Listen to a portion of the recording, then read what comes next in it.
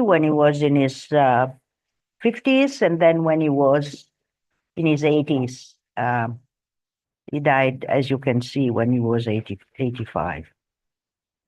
So let me give you just a very brief background of his life. He was a very good friend of Gramsci. As a matter of fact, he helped Gramsci when he was in prison, sending books and tried to make sure that he was as comfortable as the situation was possible.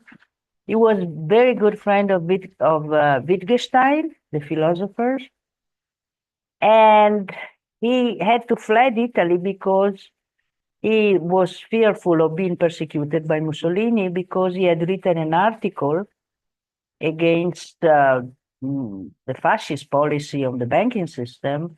And he was the son of a famous vice chancellor of an important university in Italy, Bocconi University. And so Mussolini sent a telegram to the vice chancellor saying, your son has to, make a public apologies, and otherwise consequences there will be. And so the rector say, well, I don't see which kind of apologies, but in the meantime, Giraffa decided to go abroad. And since he had met Keynes in the 20s when he was at the LSE for a brief time, Keynes invited him over. But he had also meant to invite him over because of an article that he had written in Italian in 1925, attacking Marshall. Okay, I told you that Marshall was the god of economics in Cambridge and everywhere else. Here, this young guy, about 27 or something, writing a devastating criticism of Marshall, which was appreciated by Edgeworth, who was the editor of the Economic Journal at the time. And so he told Keynes about this guy and this criticism. And so Keynes had already told him, why don't you write an English version so we can publish it on the Economic Journal? And so this happened at the same time when he had this, urge to leave the country. And so Keynes invited Homer, and on the strength of this only article, he was given a lectureship in Cambridge. A lectureship that he took for 3 years, and then he said, I can't teach this stuff any longer. And he was, threatening to go back, and so Keynes wanted to keep him there. And he said, okay, why don't I give you, on behalf of the Royal Economic Society, the task of doing the critical edition of Ricardo works. And this critical edition of Ricardo works, who took Rafa 30 years to finish, is an example of, scholarship, accuracy, and things like that. And he got the equivalent of the Nobel Prize for that, because at the time there was a Nobel Prize. Anyway, while he was doing Ricardo, he was also working on his own work that derived from his criticism of Marshall. But he had to do something as a job. So he was made head librarian of the Marshall Library. And then he was also made head of the research student group, a position which he took until the very end.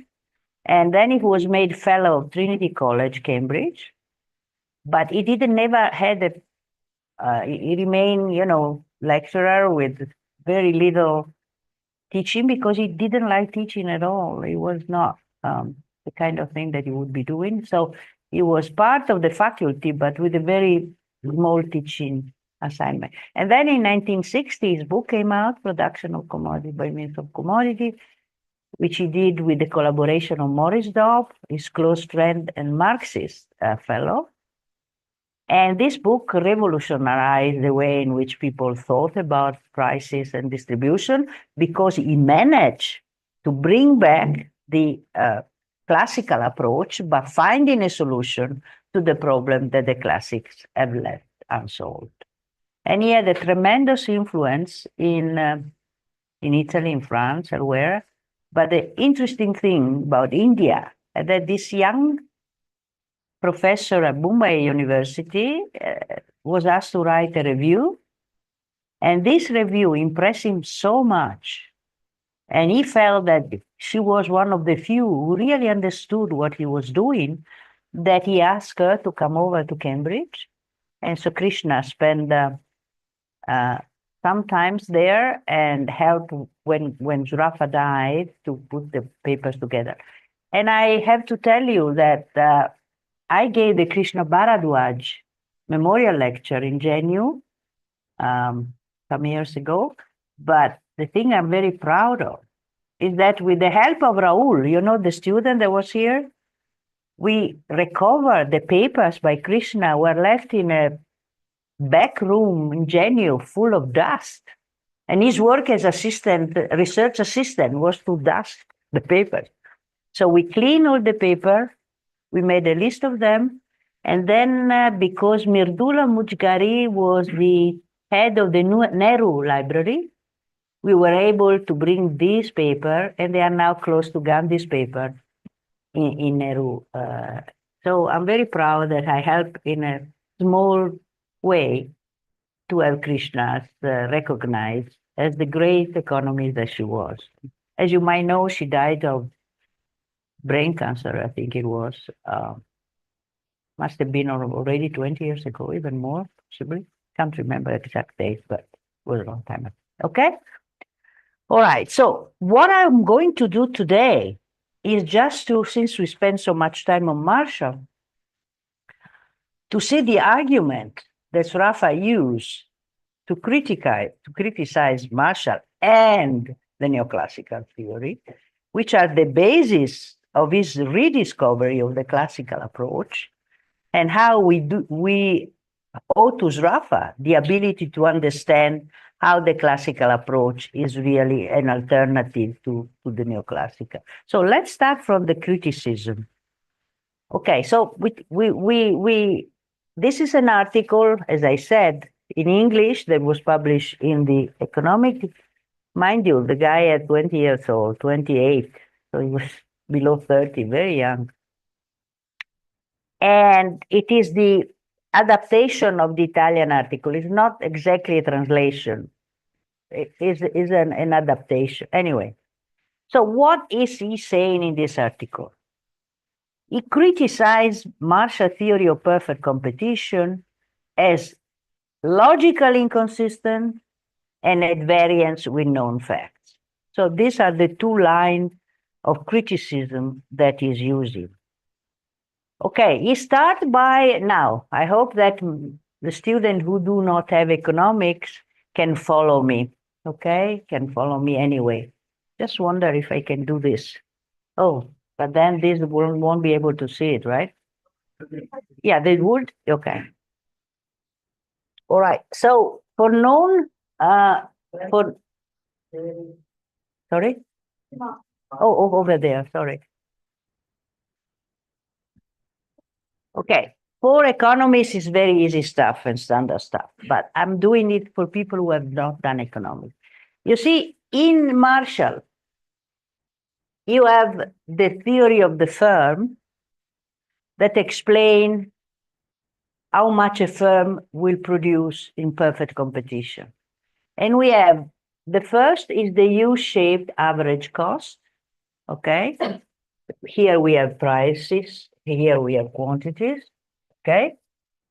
So this is the average cost, okay? Obviously, it decreases, and when you increase, they increase. So we're talking about the average unit cost, okay?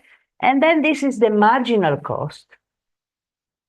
The marginal cost being the cost of increasing 1 unit of production, okay? And the reason why has this shape, because we have a decreasing return. The idea is that when you increase production, cost increase because you will have to employ more factor of production. And then this is the demand curve, which is perfectly elastic. Why? Because firms are in perfect competition, so they do not have any influence on prices. And if the we are in a maximizing situation. The maximum profit point is the point in which demand. And so this is the quantity that will be produced at that given price. Okay? So the argument is that the firms do not have effect of prices because they are price taker, you are in perfect competition. Okay? And this is the shape of the cost curve. Average and marginal. Okay? Are we me? Are you all with me? Those who do not have any economics. For people who done economics, this is the first thing they learn, right? In micro. Okay? Does everybody who has not done any economics can follow this? This is not very difficult, right? We're talking about the shape of cost curve, the shape of demand curve, and we find the point in which profit are maximized. Why at this point are maximized? Because by increasing cost, you meet the point in which if you produce more, profit will be less. If you produce less, profit will be more. So there is only one point in which profit do not, since it's an optimum, so it's a point okay. So what is Rafa saying? He said, well, let's have a look at the shape of this curve. Let's start with the U-shaped cost, okay? So it's first is decreasing, then become constant, and then increases again. So Rafa is asking, why are the costs of the firm increasing? If the firm is so small that doesn't have an influence on prices or anything, why a small increase in amount of what produced should give origin to a rising cost? If I'm very small, okay, and I produce one extra unit, and therefore I employ a little bit of the factor, but since I'm very small, why would I suppose that I face an increasing cost? Okay? That would be true if we were speaking of entire industry. Suppose it's the, I don't know, the shoe industry again, okay? So I need extra material to produce more shoes, and therefore the price of the factors, whatever is the main factor that you use when you produce shoes, then you will be affected by the fact that the factor is scarce.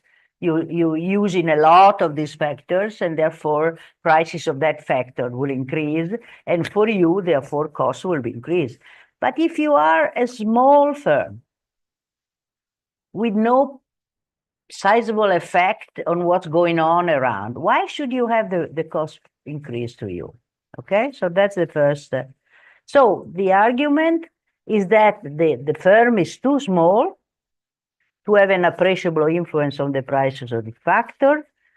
And the reason is that because you assume that by increasing one unit of a factor, you incur an increasing cost.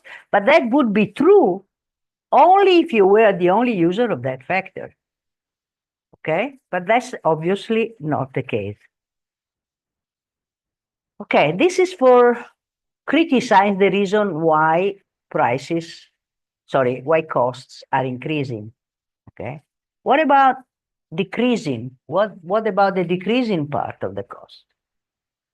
Again, Zrafa says, well, if it is true for a single firm that whenever I expand production, I experience decreases cost, why do not I go on and producing more and more and more, since my cost will be decreasing, becoming the sole producer in that market? I will be the first one to enter in that market. My cost is decreasing as I increase productivity, quantity. What would prevent me to go on and become the only producer and monopolist in that market? Why would I stop here? Why there is a point at which we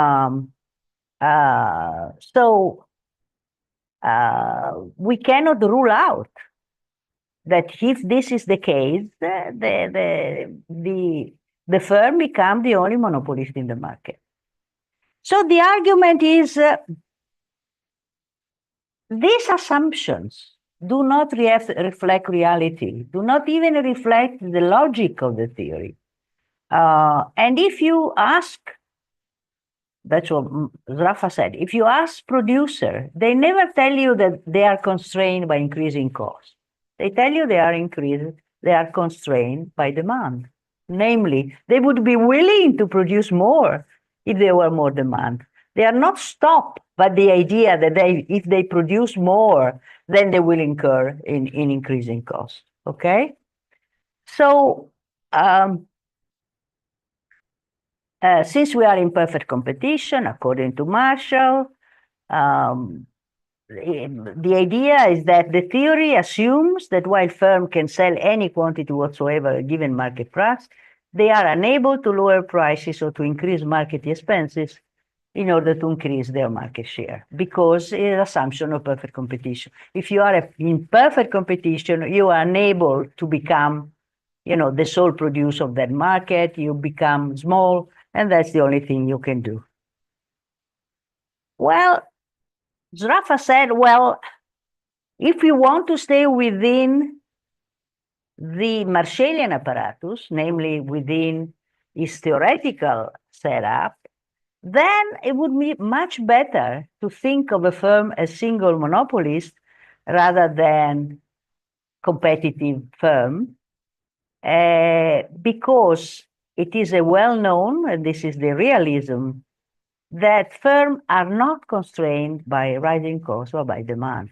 So there are two alternatives. Either you abandon the apparatus or you abandon perfect competition and you assume that firms are, in fact, monopolists.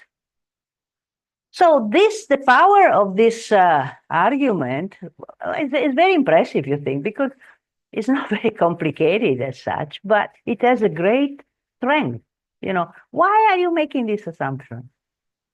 And obviously what the answer is, you're making this assumption because you want to have your nice supply and demand curve, because from this you derive the supply curve, which is upward rising. And the reason why you want that, because you want the symmetry. If the supply curve is not rising, remember the supply curve is the marginal cost of the firm. So if you don't have a nice uprising supply curve, you cannot have the symmetry, you cannot have equilibrium as determined by demand and supply. Okay, so he's saying, you're making this assumption because you want to have that particular shape of the curves, and that particular shape of the curve is necessary if you want to describe equilibrium. Okay, this is the first line of approach in the published work. Okay, but then Zrafa kept working on this, and this thing did not become available until his paper came known, and that was after he died. But these things were always in the back of his mind, and thanks to Krishna and thanks to all the people who have worked on his unpublished paper, we discovered that he's been starting from the very beginning to use other arguments against the Marshallian neoclassical theory. They surface much, much later in his published work. So we will go now back to the archive. Remember my first lecture when I said that the good historian of economic thought has to find his or her ways in the archives if you don't have all the published evidence. And Zrafa didn't publish anything besides 26, only the introduction to Ricardo in 1951. So during that gap, he thought and learned. He was very much in touch with Wittgenstein, was in touch with other people. So he kept thinking, but he was not ready to publish. So if we want to understand how he got there, we have to go and work on his unpublished things in his paper, okay? So what is constant in his thinking throughout? What is constant is a criticism to find a way to criticize the method of marginism or marginal analysis, as it is known in economics. And here, let's have a to read a piece from me, some published stuff. Demand and supply curves, marginal productivities, which form the basis of Marshall theory of Pareto, do not exist at any one moment, nor during any period of the recurrent steady process of production and consumption. They are alternatives. Remember that I told you yesterday? If you are on the demand curve, you cannot be simultaneously on 2 points. You are just in 1 point, and then you assume the other point is in virtually point, but you don't observe. You don't observe a demand curve. You observe a point in the demand, right? Only one of which can exist in any one position of equilibrium, all the other being thereby excluded. Therefore, they cannot be found by merely observing the process or state of things and measuring the quantities. They can only be found by experiment. But the experiment have an entirely different significance.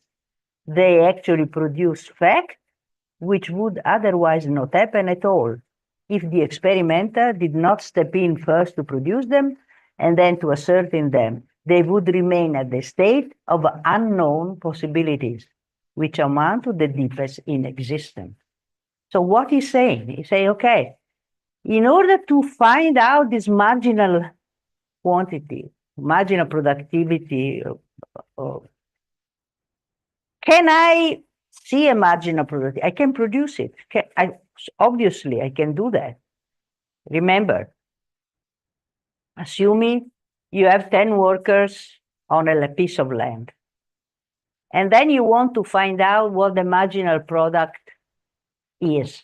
What do? You add 1 worker, and you see what happens to the output, okay? All right? And what Zrafa is saying is that first of all, in order to find the marginal product, I have to make an experiment. If I observe around the world, I don't see marginal product. I have to make that happen. All right? But even if I can make it happen, what do I measure? And the point is that you don't measure the marginal quantity. You would measure only the average. Let me explain why. Okay, so this 11 guy comes in and the production has increased. Okay, how do you know that is the contributors to that increase in production? And there was this lovely story that Robertson, fellow at Trinity College, said about criticized marginal productivity.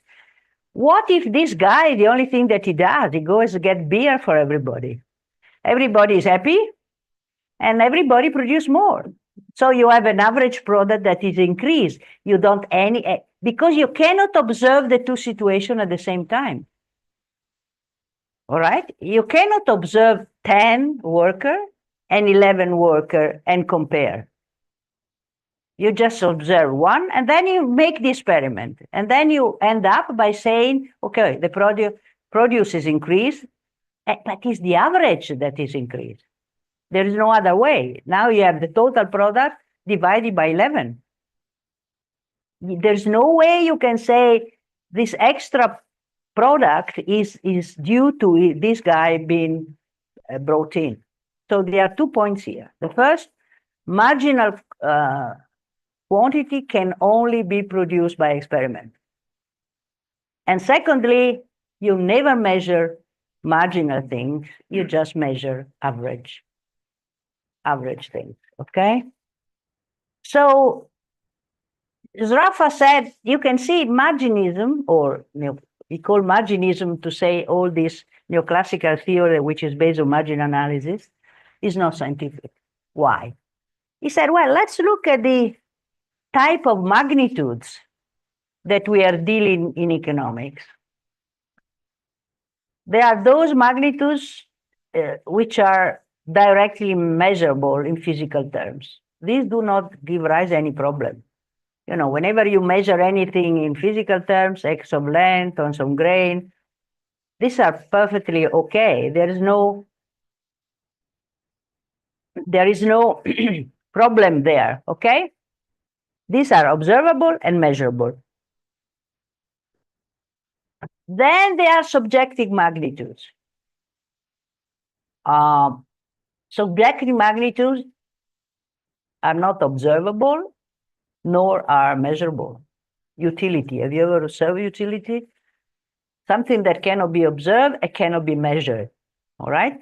And then there are this third type of magnitude, which, such as marginal productivity. Remember, marginal productivity is an infinitesimal increasing product by adding 1 unit of a factor. Okay? All the other factors remain constant. These magnitudes do not exist unless you create them by an experiment. Experiment can be mental or can be so physical. In terms, I explained to you, you add one, should be infinitesimal, all right? But you can add an infinitesimal worker. You have to have a finite worker, okay? What is the nature of this third type of magnitudes? They are a sequence of mutually exclusive alternatives. Namely, you cannot observe n and n plus 1 at the same time. Okay? That makes them alternative. With physical quantity, you can always do that. With the other, you cannot do that. But the nature of this magnitude, they are produced by the experiment.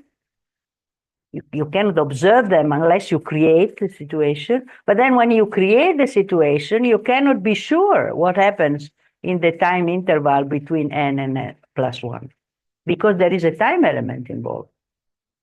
In mathematics, you see, you take out the time element, so I assume everything else remain unchanged. But in reality, how can then the guy went and buy the beer and everybody is happier? He didn't do anything else, just to make obviously an absurd example.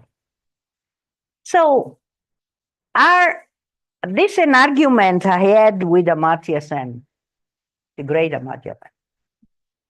He said, well, Sraffa is against counterfactual. That's what he's against. I say, no, he's not against counterfactual as such. Why? What is an counterfactual? What would happen to European history if Napoleon had won a Waterloo? This is a counterfactual. What does it mean? You cannot enact it. You cannot go back and say, oh, let's start again and have the battle be fought again and see what happens. This is a counterfactual. Cannot be made. An experiment instead can be made. I cannot deduce that by nature of this experiment, I found marginal quantity. But I can create a situation in which I add 1 unit of a factor, other being constant. So that's the argument I had with Amartya Sen, saying Sraffa is not against counterfactual. It's against the idea that by doing this experiment, so we can measure marginal quantity. So the experiment of measuring production upon adding the n plus 1 factor can be carried out, while having the Waterloo battle being fought again cannot be done. And this is a typical counterfactual. You cannot recreate the situation. So you can create the experiment, but it cannot be claimed that the variation in production observes measure the marginal productivity. You can only say they measure the average. What you find out at the end is the average product, not the marginal product. Okay? And so what is the nature of this experiment? It's just that you add, and then you're stuck with the fact that you don't know what's happening behind, but you can do it. So in the end, what you obtain is 2 average products before the 11th worker is added and after. And you have an average product first and an average product afterwards. That's the only thing you can do. There's no way you can do more than that. And so there is no ground to conclude that this marginal analysis has any logical foundation, no justification as a useful method. Unlike the idea that by adding calculus you become more scientific, by using this calculus method, you're making a logical mistake. And that's Rafa's point against marginal analysis. Where does he get all this? What is this background? Well, he has an idea. Remember, he wants to show similar to Marx to that respect. He was a Marxist. He was not a communist, but he was a Marxist. And he got from Marx this idea that we want to make economics scientific. Remember, also Marx, he said, I don't want socialism to be utopistic. I want it to be scientific. And he had this idea of what science was about. Same as Rafa. Rafa said, it is a sort of fake assumption that by adding calculus, you're becoming more scientific. But I want economics to become more scientific. So how do I make economics more scientific? And obviously, this depends on his idea of what science is and how it can be accomplished. So he started out as a Marxist at university, but then he was very much interested in physical sciences, which he studied in the 20s. But when he started doing economics, he's already embraced materialism. Remember that we spoke about it when we talk about Marx, namely a philosophical position that has matter of the mind depending on phenomena of matter. And so what is this epistemology? Epistemology means your idea what science should be about. He said you have to find objective causes of phenomena. If you want to be scientific, you want to be modeling economics on what science do when they try to understand reality. So it's not as much the mathematics, it's the observability and measurability of the quantity you're dealing with. So you cannot bring in things that do not exist only in the minds of people. And this obviously reflects his approach to reality based on Marxism and historical materialism. Okay, I'm here again with the same problem. I don't know why I'm doing this. Very sorry. Shall I do? You teach me so you don't have to get up. That okay? Here? Okay. Now, so I have to click this one first. All right. Thank you. So let's have a look at what he thought science should be like.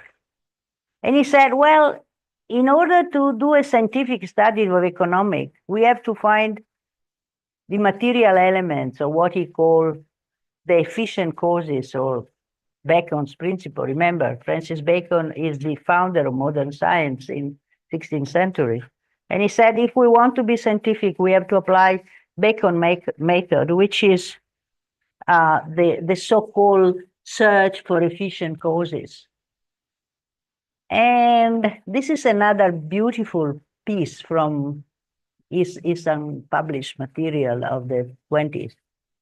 Efficient causes are facts of the past that act on the present. Final causes are facts of the future that act on the present. The existence of the latter is at best dubious, and they are better be called illusions. So if you want to talk about causes, you have to look at the causes facts that happen in the past and that can be used to explain. If you introduce the idea of some causes that are related to a future that you don't observe, they say, well, these are not causes, these are just illusion. Okay, so he feels that the right approach to science is to find these efficient causes. So in order to find these efficient causes, we have to look to concrete element of economic reality. You have to deal with magnitude that are observable and measurable in physical terms. Can you see that now the classical economists fit much better than neoclassical economics to this, because they didn't deal with quantity of things that are not, they had their own problems in terms of, so I'm not saying that Rafa was not aware of this, but it was obviously that by studying and criticizing Marshall and so on, his copy, I've seen his copy of Marshall, is heavily annotated. He wanted to to you know, to nail the man. But it was not easy. It took him 50 years to, you know, not 50, but 40, from, 1920 to 1960. So what it is, 40 years? But you can see his copies totally annotated. And then he said, "Oh, Marshall is very, very cunning here. He knows the thing, that there is a problem." So, I mean, he's taking Marshall very seriously because he understands that he's not just, you know, a vulgar economist with no respect. He respected a lot, but he wanted to nail him down because he said, if I don't prove that he's wrong, I cannot give to my alternative the strength that it is needed. I have to do both. I have to show the inconsistency, and at the same time, I have to provide an alternative. And that's what he spent 40 years on. So I think the most important things for him was to try to ground economics in objective things and get rid of subjective magnitudes. Because subjective magnitudes, he said, these are ideology, metaphysical things that exist only in the minds of the economists. And sometimes they are used just to be apologetic. But even if it is not apologetic, these are concepts that exist only in the mind of economists. They do not have any objective reality. They cannot be measured. They cannot be observed. And if you base your theory and your analysis on magnitude they are objectively measurable, then you can make intercomparison. Then you can make in comparison over time and between and among agents. With utility, for instance, you cannot do that. You can measure, you can make intercomparison. First thing that you learn in a micro course, intercomparison of utility is not possible, right? So you see, he said, well, if you want to do a scientific study of reality, then you have to have magnitude they are comparable in time and among agents. And that can be done only if these quantities are observable and measurable. All the other quantities won't give you that. So people sometimes said when I teach this, or they say, well, you know, in economics, what about expectations? What about things that they are mental forces, incentives, and so on? Does it mean that they don't count? The answer is that they do count, but you cannot have a scientific analysis of that, scientific being using that method. You can, if you want to use them, because and that's a problem. Of course, there was a clash between Keynesian and Zraffian was that, because Keynesian said, well, what about animal spirit? What about expectation? What about all these mental forces? Zraff answered, he said, the only thing I'm saying, if you want to determine prices and distribution, you don't need all that. I can provide you with a theory of prices and distribution that doesn't invoke all these mental forces. They might be at work for some other purposes, but forget that you can treat them as scientific. That's the main battle against neoclassical economics. Remember what I said at the beginning. It's not by painting mathematics all over the place that you make something scientific. You know, the way in which expectation are treated, rational expectation and so on. These are ways to deal with the problem that might be interesting, but don't be made into the position to believe that this is the scientific way to do it. The only scientific method to do is when you can deal, and this may require that the things that you can say in a scientific way are very limited. Okay, can I finish the slide so I can, Michael, is that okay? Yes, of course. Yes, of course. Thank you. So because it might, you know, just a couple of slides and then I get back to you, okay? So, Thank you. Zraffa said, well, if there is a theoretical framework in which I can find these things to be satisfied more than in any other frame, is the classical economics. Of course, they didn't have also, they allow to solve some of the issues, to accomplish some of the requirements. some of the requirements that I want in the theory. And he's basically listing what I've already listed to you, what is good according to this approach of classical economics: independent determination of price distribution, emphasis on production, not conceiving equilibrium as the balancing of supply and demand. All these things that we don't find in classical economics, and therefore are not subject to the criticism that Rafa had. Okay? And so if I have to summarize for you, what is the main lesson that we can take from this particular part of Rafa? Rafa is much more than that. I apologize already in advance that what I'm giving you is just a few hints of many things that there are much more things that you might want to explore if you're interested. But if I have to summarize what is the main lesson, and I think that what we should keep in mind all the time: get rid of the ideology and metaphysical elements that exist only in the mind of the economist, taking into account only magnitude which are objectable, measurable, and be aware that those objective or mental forces, expectation, beliefs, motivation, that exist in reality and they are part of the economics activity. They should be considered part of the analysis, but do not have the capability of being transformed in pure scientific laws, because that not can be done. Okay? So now I'm ready to take questions because Rafa, we finish with Rafa, okay? So Michael, where's Michael? Yes, Prof. Yeah, I'm here. Okay, tell me. Thank you. As a political science, when I was a political science student, we studied heavily Gramsci, but there was no mention of Sraffa, sadly. And so my first exposure to Sraffa is actually through this lecture. So thank you. I'd be curious to know, was Sraffa very much convicted by his understanding of his work, or were there some point in his analyses and growth did he sort of change trajectory on any given topic in this field?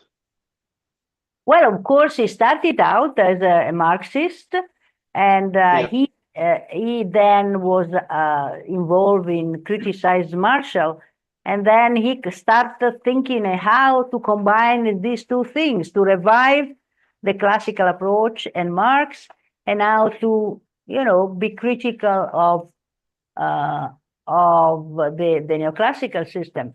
Since you studied Gramsci, you might be interested to know that they had, people believe that Gramsci might have had a small influence in the beginning by turning him into reading classical economics.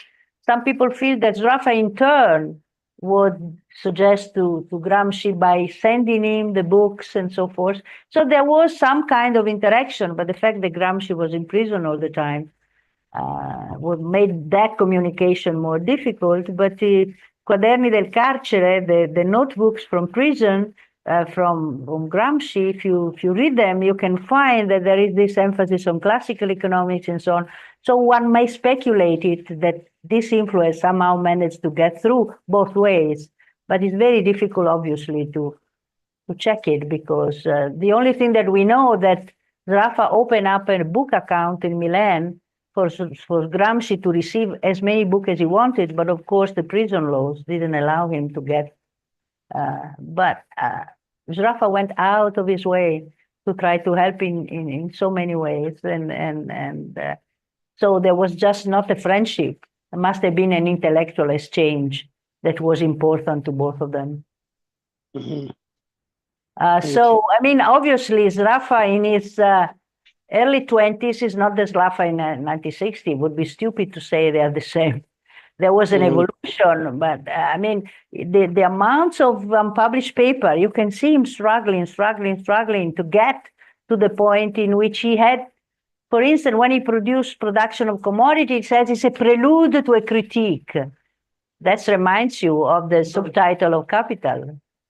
it's the same idea. It's a prelude. It's not done. Because I managed to give you only the solution to one problem, price and distribution, but there are so many other problems that need to be solved. The point is that let's try to go on with this problem without marginalism, without the neoclassical thinking. That's what is trying to tell us. But he said very clearly, I have not done it. This is a prelude to a critique. Okay, Michael, is that okay? Thank you. Yeah.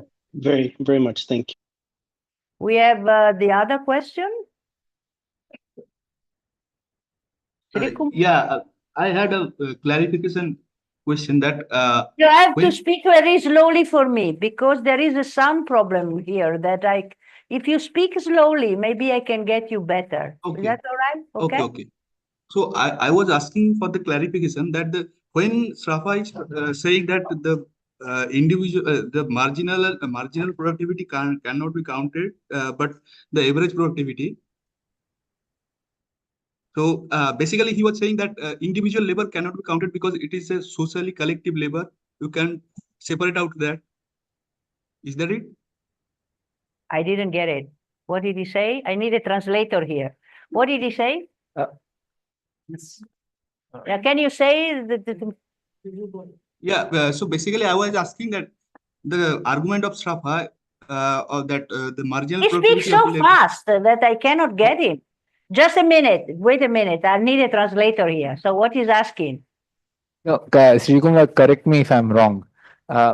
So I think what he's trying to point out is when Srafa is discussing this whole idea that you cannot calculate marginal productivity, is he referring to the fact that production process is a social process, therefore individuals as such cannot be...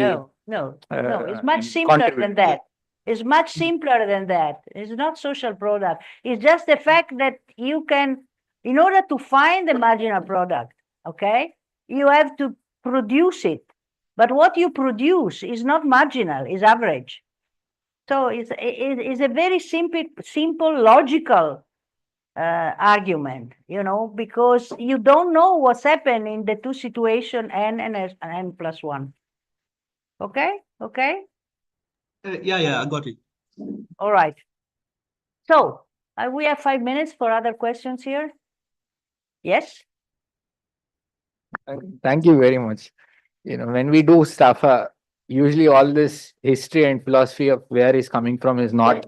Sorry, come? When we do stuff, usually in our graduate courses, this whole part of where he's coming from, what's his philosophical frame, is not, usually discussed. So yeah, because you do production of commodities, so you do that. Yeah. So it's actually very fascinating to go through all this material too.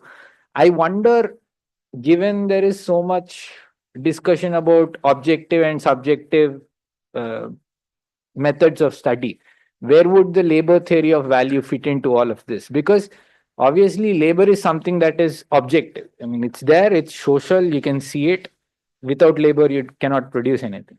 But at the same time, measuring it the way the classicals did, taking into context the kind of different types of labor that they exist, how do you grade them, etc. All this becomes a very tedious task. Measuring labor as such becomes a very, very difficult task. So where would this... You gave yourself the answer. You gave yourself this answer, precisely the answer as Rafa said. I said labor as such is a concrete, but the labor theory of value takes labor as an abstract concept. And that's very difficult to measure, very difficult to observe. You don't observe labor. So you give yourself the answers. Rafa was precisely making the same point. So when we're talking about the labor theory of value is useful because it indicates the possibility of determining the rate of profit between two comparable, if you translate everything in labor, then you have labor in the denominator and labor in the numerator, and you can find the rate of profit. So it indicates the way to do it, but you cannot, when we talk about labor, you are faced with exactly the problem that you're listing. You said, well, labor, it doesn't exist. It is different type of labor. How do I measure them? What do I observe? So that's one of the reasons. So on the one hand, it says the labor theory of value indicates the way to do it to determine the rate of profit. We have to find a way to measure in with the surplus and so forth. But on the other hand, the labor that it is used in the labor theory of value is a metaphysical concept because you don't observe labor. So a Sraffayan would obviously discard the labor theory of value in any No, economic. discard, I mean, it's not discarding it by saying it's useless or is wrong. It cannot be used to determine prices for the reason that I gave. It can, but then he said it may be useful purposes. So it's just denying that the labor theory of value is useful to determine prices. That's the only thing he's denying. He remained Marxist throughout his life. He wanted to, but he wanted to make sure that those inconsistencies that are found in Marx and Ricardo and so on were overcome. Otherwise, he said, we won't be providing an alternative that is credible. That's what he did. Okay. Any other question?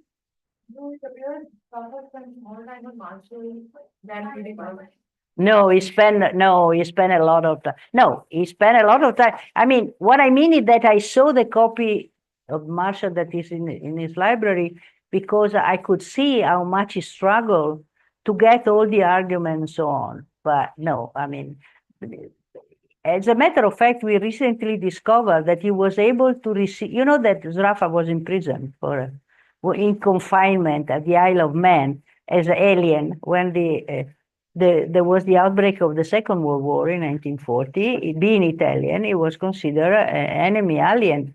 So he was sent to the Isle of Man together with others. And then Keynes fought tremendously to have him out and say, what kind of stupidity is this to put him, to confinement, something like that. But he was able to receive a new edition of Capital Volume 1. And we, scholar of Zrafa, we always ask, how was it possible that while he was in confinement, he was able to receive, I think it was the publication of the French edition or something. No, I mean, he spent all his life reading Marx, and I spent all his life reading everything. He was a voracious reader, and so it would be difficult to compare how much of what he read, but he read a lot. And his edition of Ricardo shows that he was a fantastic scholar in this respect. Any other question?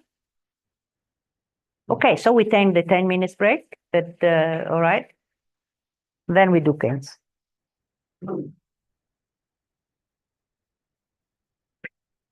Okay, let me see if I'm able to do without calling him.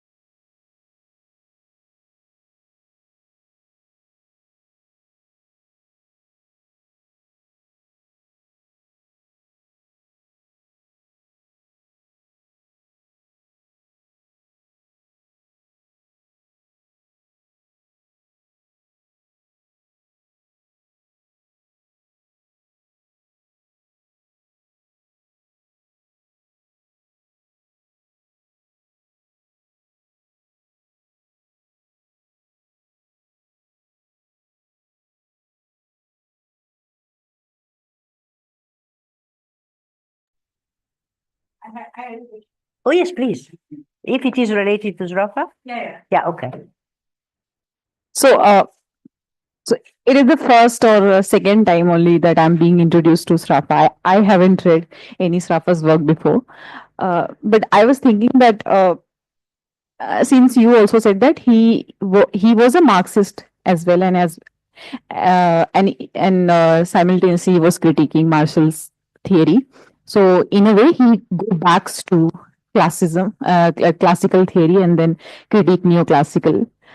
Uh, so as you talked about that, he is criticizing, not criticizing, but he is saying that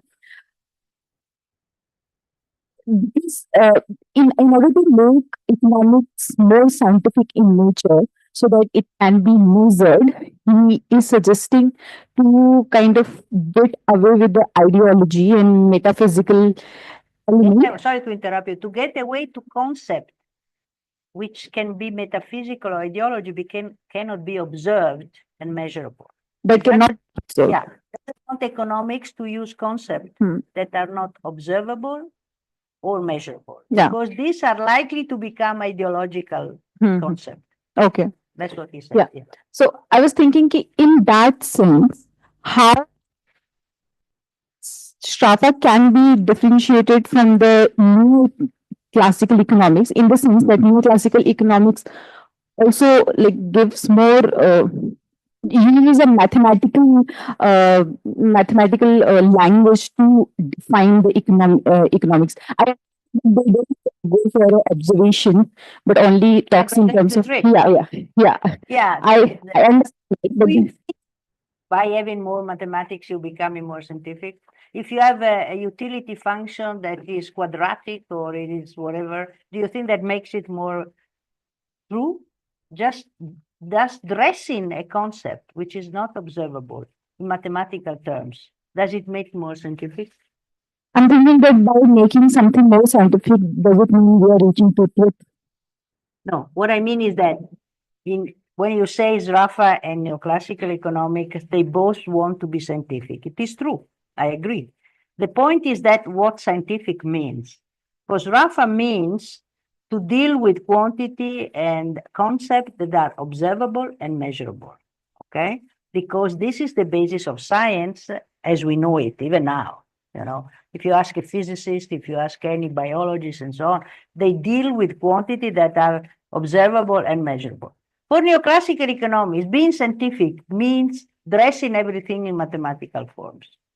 What I'm disputing is that by dressing concepts which are not observable, I'll give you an example of utility, in mathematical form, doesn't make that concept more true or more acceptable. It's not the mathematical form that makes something. You can invent a concept and treat it mathematically, because you can do that.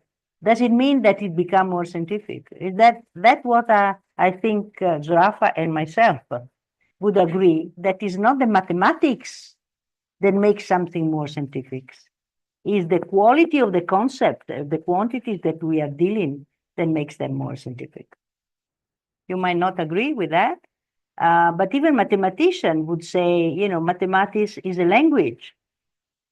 So you can express things in mathematical terms by using the language, but the language is referring to concepts that do not exist in reality. That doesn't make that concept more scientific. You know, I don't know, you said you're not an economist, right?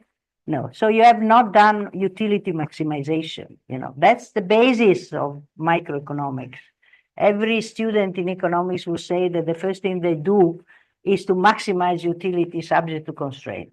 And the utility function, if you do variant, is simple. If you do Mascolel, it's very complicated. But we're talking the same nonsense, right? Have you ever seen utility? Can you observe utility? Can you measure utility? So you can do whatever you want with mathematics. You know, mathematics, you can have an n space. So mathematics is fantastic in this respect. You can invent situation and you can treat model. The question is whether this is the best way to address concept that has a root in reality. Okay, so is that better to explain consumption by using utility function, no matter how mathematized it is, or is better to use the consumption theory based on other aspects and so forth? You don't seem to be convinced. I'm not. Yeah, because you believe that mathematics is the trick. I was thinking that what's the point of making something scientific if it is also obscuring the things which is not measurable, but equally important in a social relation. I don't think this Rafa is obscuring anything. It's just saying, don't believe, let's talk about things that are observable and measurable. And this is not obscuring, it seems to me it's revealing. When he says, let's talk about things that we can observe and measure, and on the basis of which build a scientific theory, rather than putting mathematics in something that is not observable nor visible.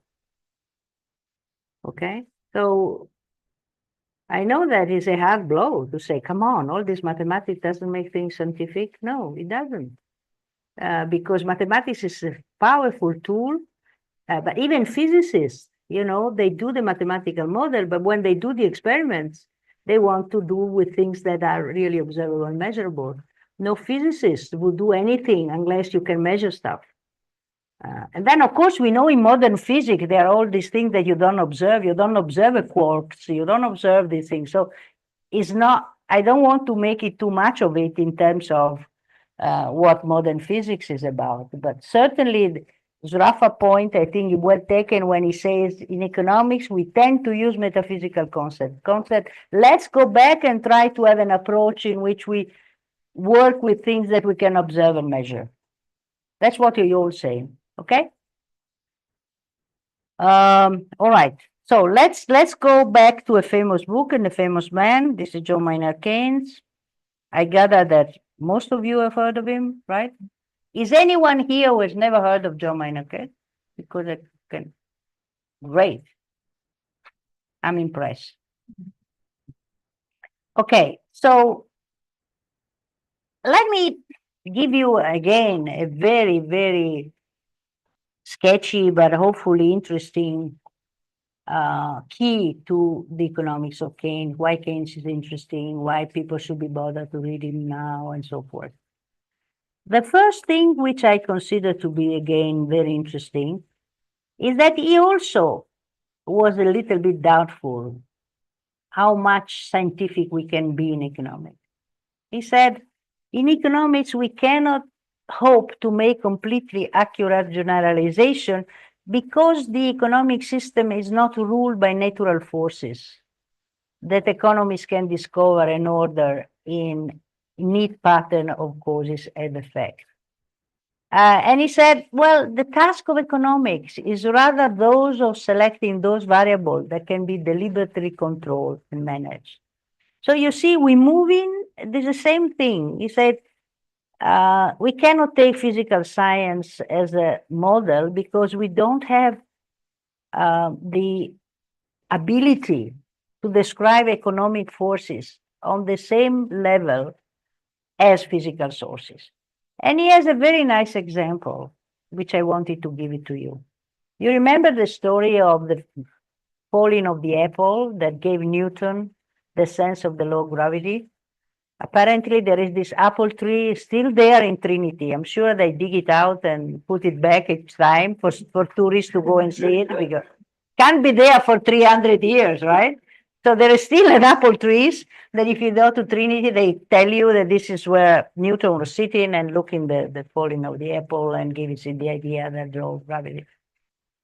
And so Keynes was writing to his future biographer, Harrow. They say, you see, to give you a sense why I don't believe that economics should take physical forces as he wrote about Newton, by the way, he was an admirer of Newton.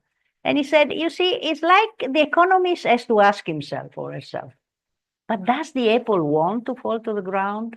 What happens if apple change its mind and fall right or left to the point? What happens if the ground doesn't want the apple to fall? Yeah. So he said, that's the difference, you see. If I am a physicist and I observe the fall of the apple, I can derive a law, and But in economics, we cannot do that because we have a lot of motivation. We have different things that we have to ask. So when we want to explain the fall of the apple, namely when we want to give an economic law, we have to take into consideration also all these non-deterministic factors. We cannot hope, you see, to derive. But what is the interesting implication of this? If economics is not governed by iron laws, like the law of gravity, you cannot defeat gravity, right? Even if you fly, but you cannot defeat flight. Instead, you can defeat economic laws. If economic laws are not either God-given or iron laws, then you can do something in reality. So what Keynes had gained for us is a political space in which you can do things because these economic laws are not God-given, are not eternal laws. So that's the greatness of the idea. You know, you cannot have generalization, you cannot have, but that means that you can, they are variable. So if employment is not absolutely determined by supply demand of labor, and unless you change this or you change the wages, employment will not change. If you change your idea what the employment determines, then you can do something about it, which is what Keynes has given us. Has given us is open up a political space in which action is possible because these economic laws, the laws in particular that derive from neoclassical economics, are not eternal, unchangeable laws like physical laws. Okay? So he wrote this book, which is, I hope that you've heard of it, The General Theory of Interest, Employment and Money. And people have asked, what is this book about? So I give you what his three biographies said about this book. And they say, what is the origin? Harrod was the first biographer, said, well, he wrote this book because he wanted to convert his professional colleague. He wanted to say, look, the way you to go about employment is wrong because you have a wrong theory. So I want to show you that if we approach the matter in a different way, that the employment problem, talking about book written in the middle of the Great Depression and so on. So Harrod said he wants to convert his professional economist. The book is an exercise in persuasion, as it were, you know. He said economists, the majority of the profession, find very difficult to change their way of thinking. They find very difficult to change things that have been brought to them either by education or by habits. And so it's very difficult to make them to change their attitude. And so I'm writing this book because I want them to change the attitude towards the economic problem. And he was very revolutionary, as you will say, because he subverted completely the way in which the employment or other economic problem could be solved. The idea that you can, you know, increase the government spending, and this is a good thing, and not crowding out. I mean, all this idea was very difficult to get through. It's still difficult now, you know. Nowadays, you don't find many Keynesian around in the liberal tradition that's coming back. And so even at those days, he had to fight to persuade that he was right. Second biographer, Skidelsky. Well, he said, well, the general theory was written in the middle of what he believed to be two threats. Communism, Stalin, on the other hand, and Hitler on the other. And he said, if we don't solve the problem of employment, society will move either towards fascism or towards communism. And he believed that in order to, he believed obviously that free market capitalism was the best of the possible system, existing system. And so he said, but if we don't cure employment, we have to, we will be facing the threat. But what he wanted to do, he said, I want to solve the problem of employment by having efficiencies and freedom. He said, I don't want to get into a system, right or wing, right or left, in which freedom is not guaranteed. And so I believe that if we are able to solve the employment problem in a capitalist system, then we will be able to safeguard liberty and market economy that he believed were better alternative than planning economy, both of fascist and Stalinist type. And then there was the third biographer, which is Mogridge. He said, well, what Keynes was trying to do is to show why is the theory that deny the ability to solve the problem of employment wrong? Well, it is wrong because he had tacit assumptions that are not immediately relieved, visible, but if you look clearly, these are the root of the problem. And what is the most important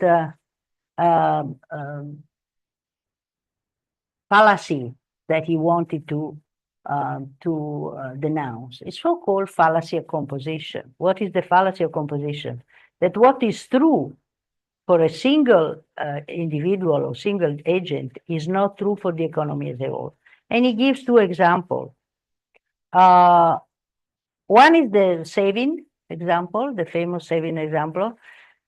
As an individual, I can try to save more and I can succeed it. But if the society as a whole try to save more, you won't succeed it. Why? Because if you save more, you consume less. If you consume less, income will fall, and therefore saving, which is a function of income, will fall.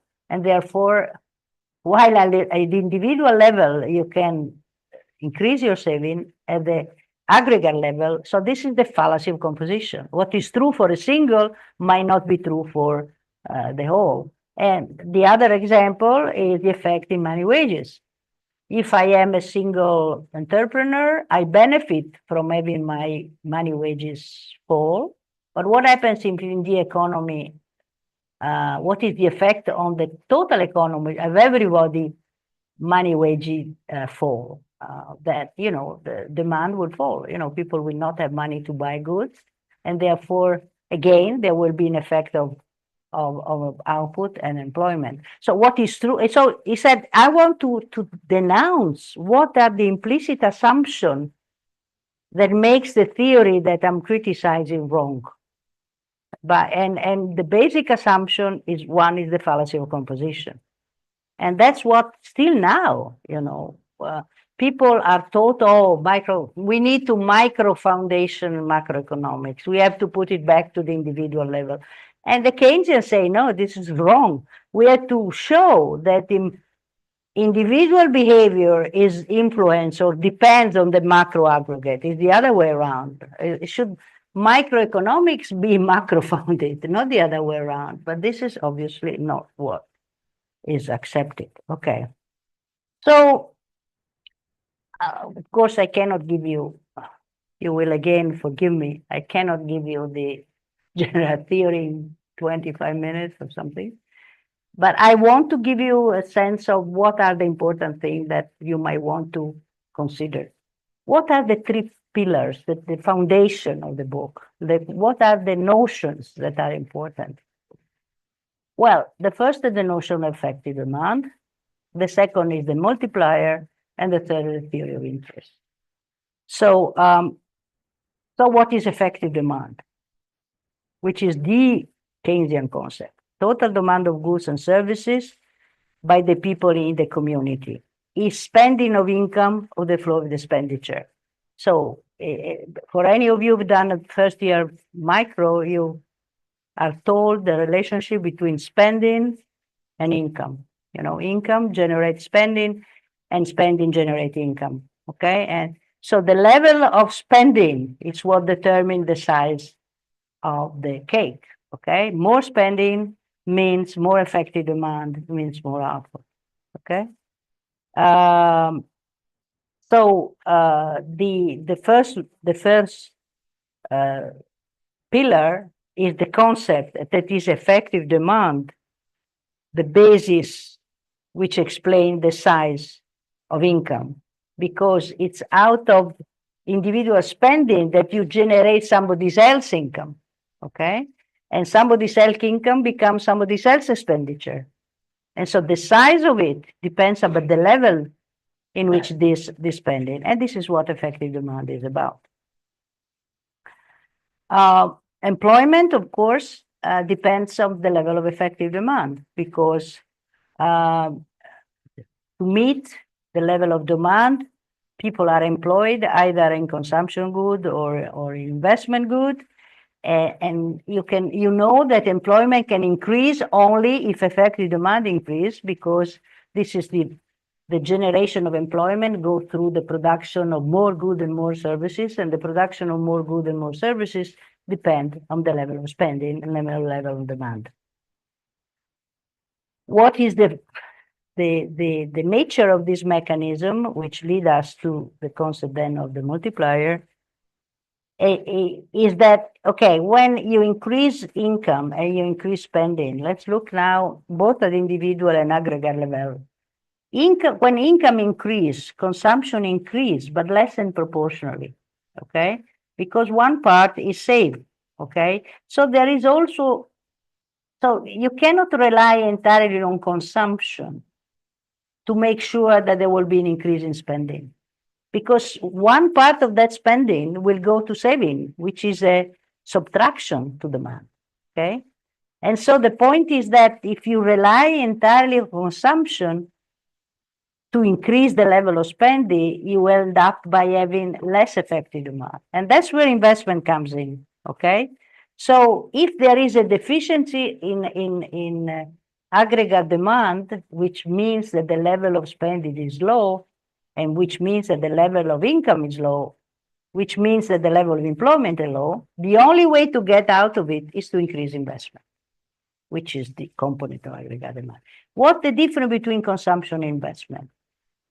Consumption is derived spending. It depends on income. While investment is an independent. It doesn't depend. It depends on other things, but doesn't depend on income. Okay? So investment is what we say is autonomous demand. It's not demand that depends on the level of income. And that's where we got the multiplier. And there I introduce here a figure that unfortunately I will not have time to do it. I had, when I was asked to give this set of lectures, I proposed 3 possible, and they choose to start with the overview of the general. The other thing that I would have proposed was a course in which we would get into people like Richard Kahn, John Robinson, and the Keynesians and so forth. But so I won't be able to talk about Richard Kahn that much, just to say that he's the inventor of the multiplier, which for economy students is very easy. You will recognize. Okay. It's 1 minus C minus the propensity to consume is the multiplier. Okay. What is the multiplier for those who are not economists? Multiplier is the idea that when you increase the autonomous demand of one unit, you produce a level of income in the end, which is greater than the initial level of expenditure. Why? Because there is this multiplier effect. I start by investing 100, okay? I invest in 100 and I produce an income of, say, 100 to you. You are spending, remember I said you don't spend everything. So you spend 80, okay? And then your expenditure goes to her, and out of this, she will spend 60. And so if we sum the series of expenditure over so-called infinite time, you get at the end that this income generated is a multiple of the initial effect because of this multiplier effect, okay? This multiplier effect. And this is something that is at the center of Keynesian, the dividing issue between Keynesian and non-Keynesian. Friedman and Modigliani, they say, well, there's no such a thing because the consumption function is not the one that is described by Keynes.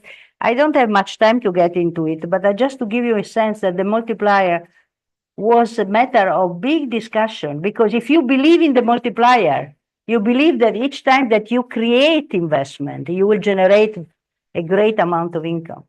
If you don't believe in the multiplier, you don't believe in the consumption function that's behind it, then of course you say, what the purpose of having an investment government policy if the multiplier effect is based? So I just mentioned this to say that the Lucas and classical economists and the free market economy, they all deny the importance of the multiplier as not being important.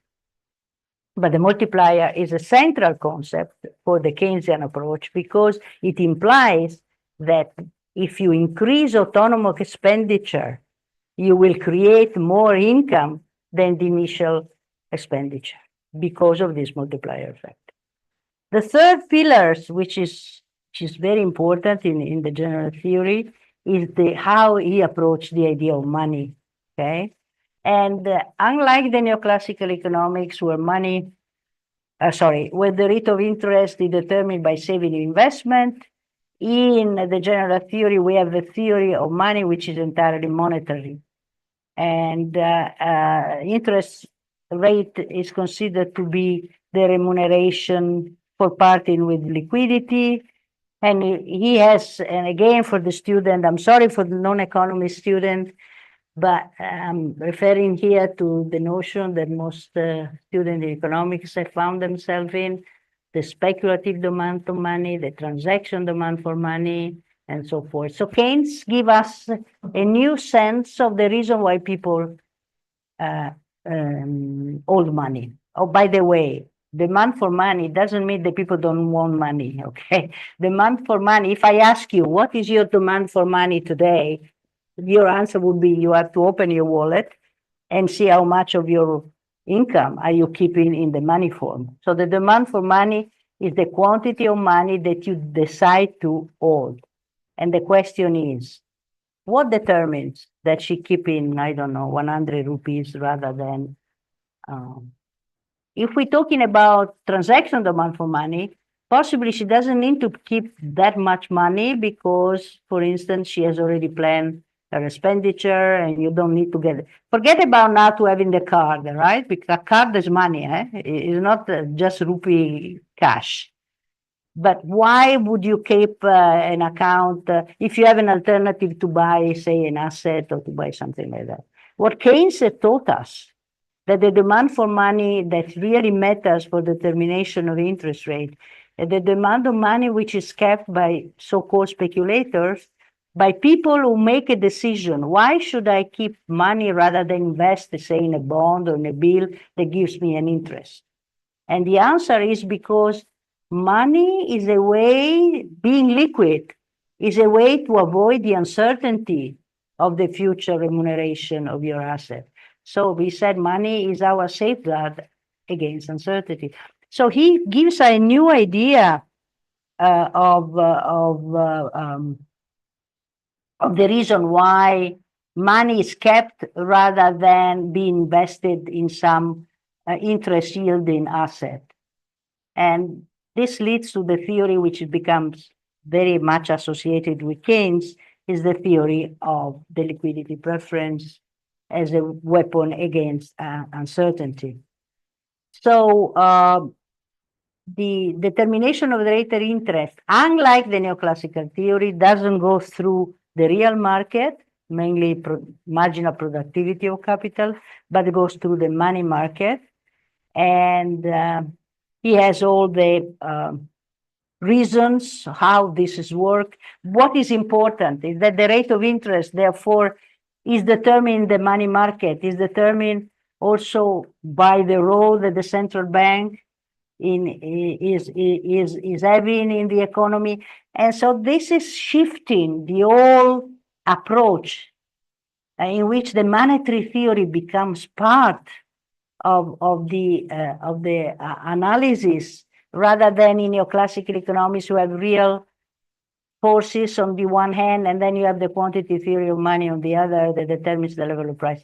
I know this is a bit technical. I apologize, but I promise that the next set of slides would be easy also for non-economists, but I cannot do it better. I'm sorry for those who are not economists, but I cannot explain the general theory without invoking the concept which are typical of the general theory. But don't worry, the next set of slides would be much more accessible and so on. But this for non-economists, for economists, sorry, just to give you an idea, what are the relevant concepts that needs to be, because in macro, you do just ISLM. So by doing ISLM, you miss all this. It's all mechanical, it's all, you don't get the depth of the concept behind it. And unfortunately, ISLM is done, I gather also, when I was student, it remains there, right? You do aggregate demand, aggregate supply, but it's the same. Aggregate demand is the ISLM, no? Aggregate supply is the Phillips curve. So you don't get more than that. So what are the many tenets of the general theory before we go to the final slides, which will be more accessible also to non-economists? The most important one, there are no market forces that would bring the system to full employment. That's the main important message. There's no market forces. First of all, there are no natural forces, and market do not guarantee full employment. If you leave market without any intervention, you will not get to full employment. Why? Because the aggregate behavior is different from the individual behavior. And so what motivates individual might not be conducive to the reason. Why should I, as an individual, be bothered with the level of employment of the economy? And then the level of employment is strongly dependent on the level of autonomous demand. Autonomous demand is either investment or export. And so if you don't act on this level of this component of effective demand, you won't get the level of employment that you want. So what is the purpose of economics? The purpose of economics is to change the environment in which individuals operate, in which you try to get rational moral.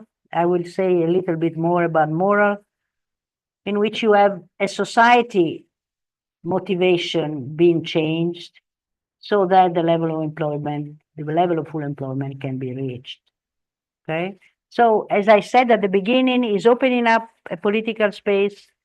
Economics laws can be changed. You need the laws that people think are not changeable are because there are assumptions that are not necessarily true. If we work with the right concept, multiplier, effective demand, interest rate determination, we can show how we can get to full employment. And we can get to full employment by messing around with the market. Not let you see. I told you that he was against fascism and Stalin, and he was a market man. But he was a market man in the sense of making market work, not let the market be left to themselves.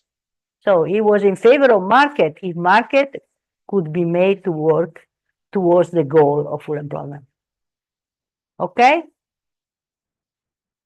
Sorry to the non-economists, but now you get something that you will like also if you're not an economist. So I hope for economists that this is not ISLM, right? This is a different type of Keynes and I urge you to read the general theory. Okay, this is my last set of lectures, of slides. And I hope that would also non-economists appreciate why Keynes is such an important and relevant author. He has a revolutionary approach. Why is it revolutionary? Because economics is not something you want only to describe. You want to be able to find solution to problems. And you have some desired state that you want to reach. Okay, so economics does not become the description of the fall of the apple, becomes a place in which you exercise some possible intervention in order to make the world a better place to live.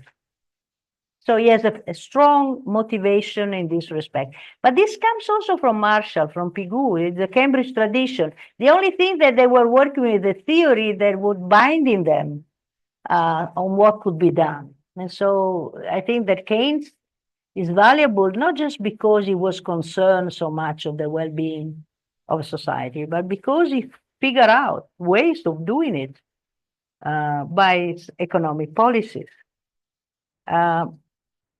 So what an economist should be doing, what should we do as an economist, is to find the ends, how the ends that we wanted, let's assume that the ends is full employment.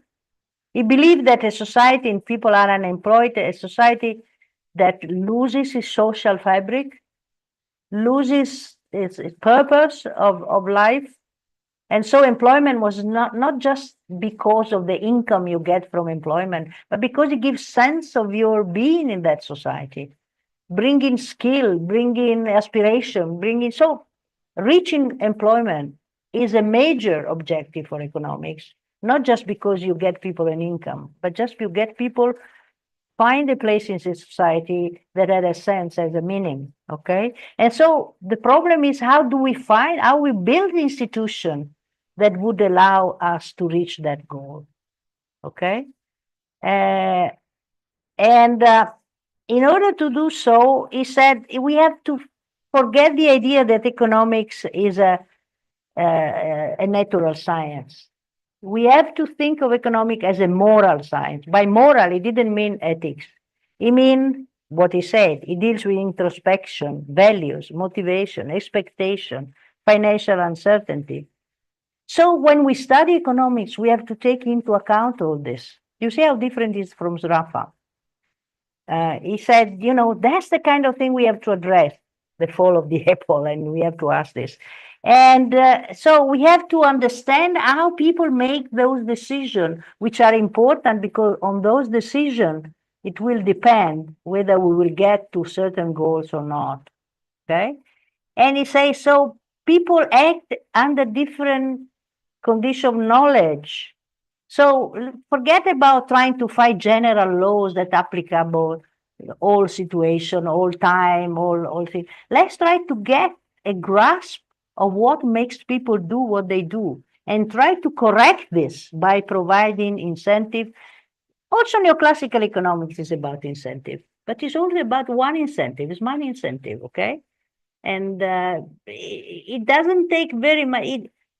Neoclassical economics starts when all the interesting questions are not asked. Why people have the preferences they have, why people have the income that they have. I mean, you start, this is given, and you're just optimizing, this is given. But that's the interesting questions. Why people do have the preferences they are? Why do people react in this particular way? Why certain community are acting? These are the interesting questions for an economist. Or they say, the sociology will act. No, this is not. Again, like with mathematics, don't you put some sociological, you sprinkle sociology into economics, you make it interesting. No, you have to start from scratch and say, what kind of question can we ask? And what are the best tools to answer these questions, okay? So what Keynes is doing is say, don't be obsessed by trying to prove that economics is very scientific. Try instead to become an investigator of those problems that can be solved by intervening in the market when the market is not giving the answer. Okay? So it's very much into the idea is that if we have the right theory and we can see that something can be done, that's what should be our main concern. And obviously, he thought to provide at least the theory of effective demand is we believe to provide the theory of employment that would solve the problem. Now, Keynes has been accused by the neoliberals of being, all government. Politically, this guy wants all the government to mess about and so forth. Secondly, the idea that Keynes didn't care about government spending. Deficit is not a problem and so forth, which is not true, by the way. Keynes is not someone who's not concerned of the level of the level of government deficit, was not someone who believed that the government has to do everything. The government has to intervene whenever there is a deficiency of effective demand. And whenever the private investment is not forthcoming. That's what he's saying. And even the budget, he was very concerned. And even the famous example of digging holes in the ground, which has been criticized as being folly. At one point, he made the argument that when there is mass unemployment, it would be good to bury some notes in bottles, put them in the ground, and then have people dig them out. And this would be a good remedy for employment. Obviously, it was an absurd argument. It's much better to build a hospital and school. But why is he making this argument? Because he said what matters is the spending. Of course, it's better to invest in activities that have a social purpose. But the point is trying to make that even if we put banknotes in the bottles and put them in the ground and have people dig them out, if this generates an increase in spending, that is better than nothing. So you see, it's not because spending is efficient that matters. What matters is that you generate spending. Okay. Well, what about budget then? Although, the government is free to do whatever to do. That's not obviously the case. And I will show you that Keynes, when it comes to the welfare state, he was very cautious. He was not someone who say, "Oh, the government can spend, and who cares?" He felt that if public investment was done, then of course that would mean that there would be an increase in taxation, and this increase in taxation would help to reduce the deficit. So the idea that Keynes was the founder of the welfare state, that Keynes, that's something that the neoliberal keeps saying. The Keynesian want a large government sector, they want a large budget deficit, and so on. I think that this is not true. I've written, by the way, on my website, all my papers you can download them. So if there is a topic that you are particularly interested in, you can just download from my website, which is very easy to find, Cristina.Marcuzzo@Uniroma1 IT, and you will find my website. And the website, I have the list of all my papers. So if there is anything that interests you, you can just download it. And I have written a paper saying, look, this business that Keynes is the founder of the welfare state, that is the propagator of the idea that doesn't matter how much the government spends, doesn't matter the size of the deficit. It's not true. I have evidence that Keynes' main message is to make sure that the private sector invests and to build up a situation in which the business world is encouraged to invest. Only that, he said, the government should intervene with public investment. But the purpose is to have a private investment be forthcoming. And so if this doesn't work, then you have to get into the public investment. And the other thing is that he didn't believe, obviously, the fact that if you don't do anything, the private sector would be providing the level of investment which is necessary. I'm trying what you told me to do. Okay, I think I managed. So to give you evidence of what I've just said, I just give you a piece from the general theory just to disprove the idea that Keynes was unconcerned with the size of government deficit and the role of the government. If the state is able to determine the aggregate amount of resources devoted to augmenting the instruments and the basic rate of return to those who own them, private sector, it will have accomplished all that is necessary. So you can see it's very clear. The government has to make sure that the private sector is forthcoming with the level of investment. Not saying, so the idea that he was in favor of that the government should be doing all this is completely wrong. And I think that we can ask ourselves, was he involved in the foundation of the welfare state as we know it, which is associated also with the name of Beveridge and, from cradle to the grave, the idea that you need to have protection.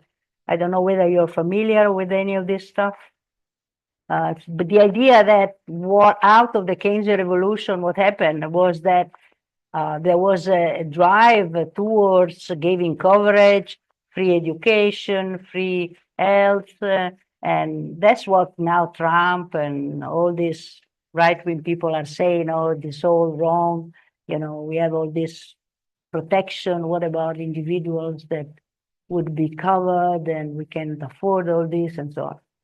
And people say that it's Keynes who invented all this, which is not true, by the way. He was certainly concerned about the welfare of the society, but in the sense that he wanted to increase employment. He was not so much involved in this reform about education, health, and so on. It was much more Beveridge doing. And so the so-called European welfare state, but also Indian welfare state, and this idea that you need protection and so forth, is not coming directly from Keynes at all. So this is he was very much confirmed with the idea, okay, if the government has to do things, who are these people in government? Well, that's an interesting question that also has been said. For instance, by Hayek or people of liberal thinking, he said, why would these people in government know better than the individual what is best for society? I mean,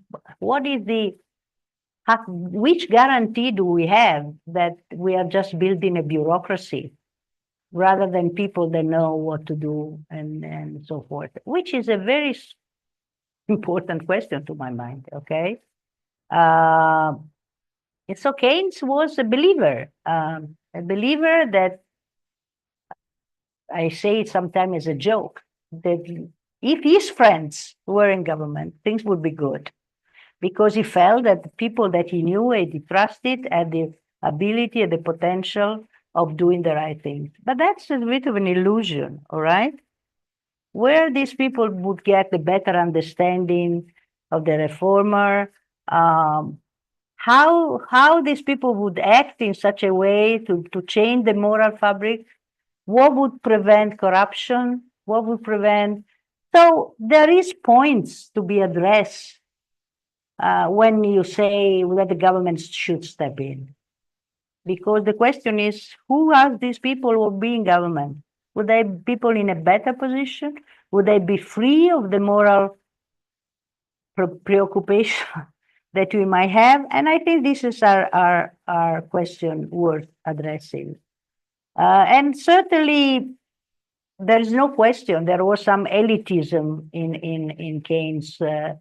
He was a member of the elite, of the British elite of the British Empire.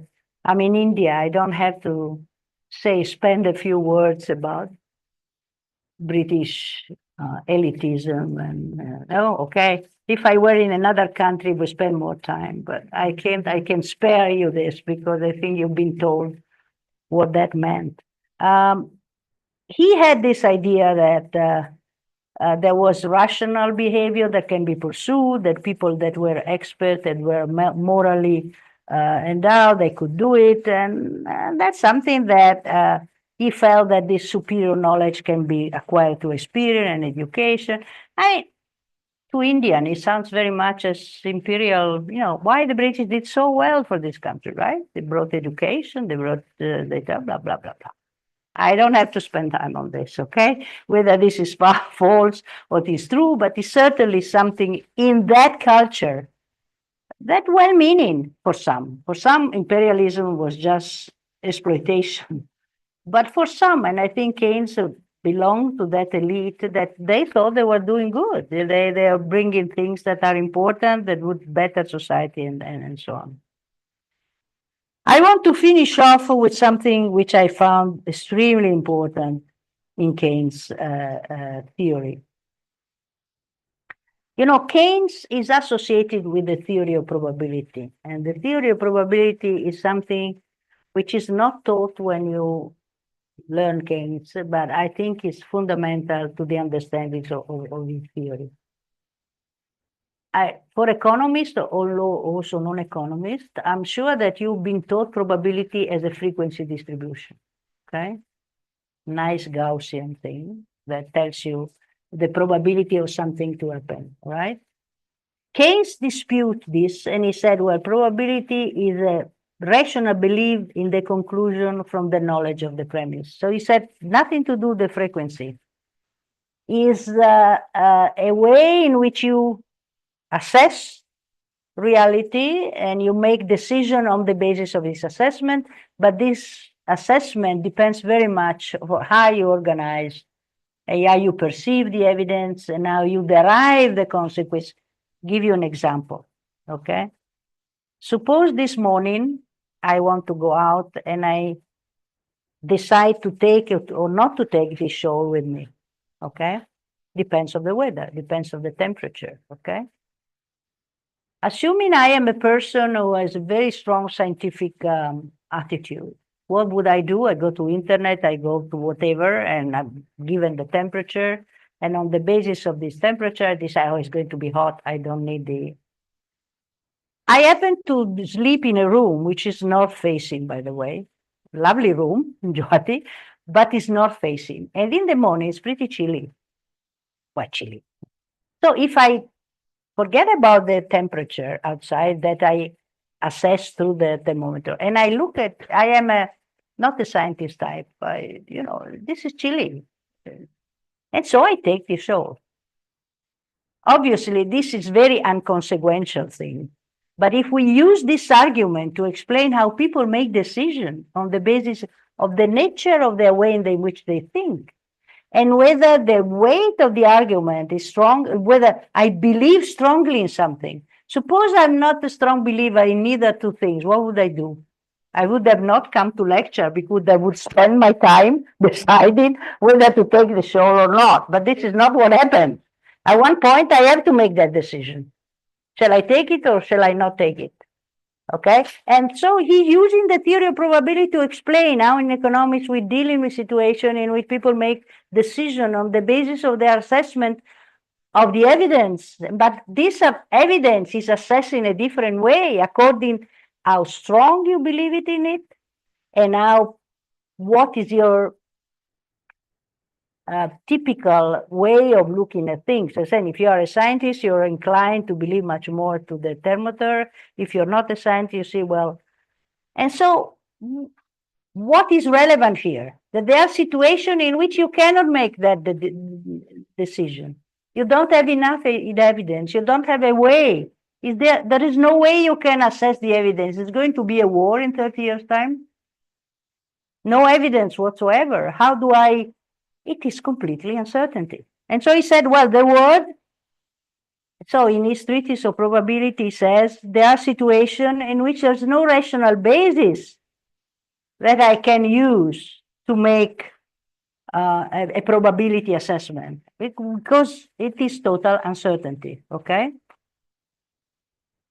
And then the other word that I would like to introduce to you is rationality. Because rationality, as Keynes interprets, is not the rationality of the neoclassical type. It is the way in which you derive conclusion on the evidence of the basis of the knowledge that you have.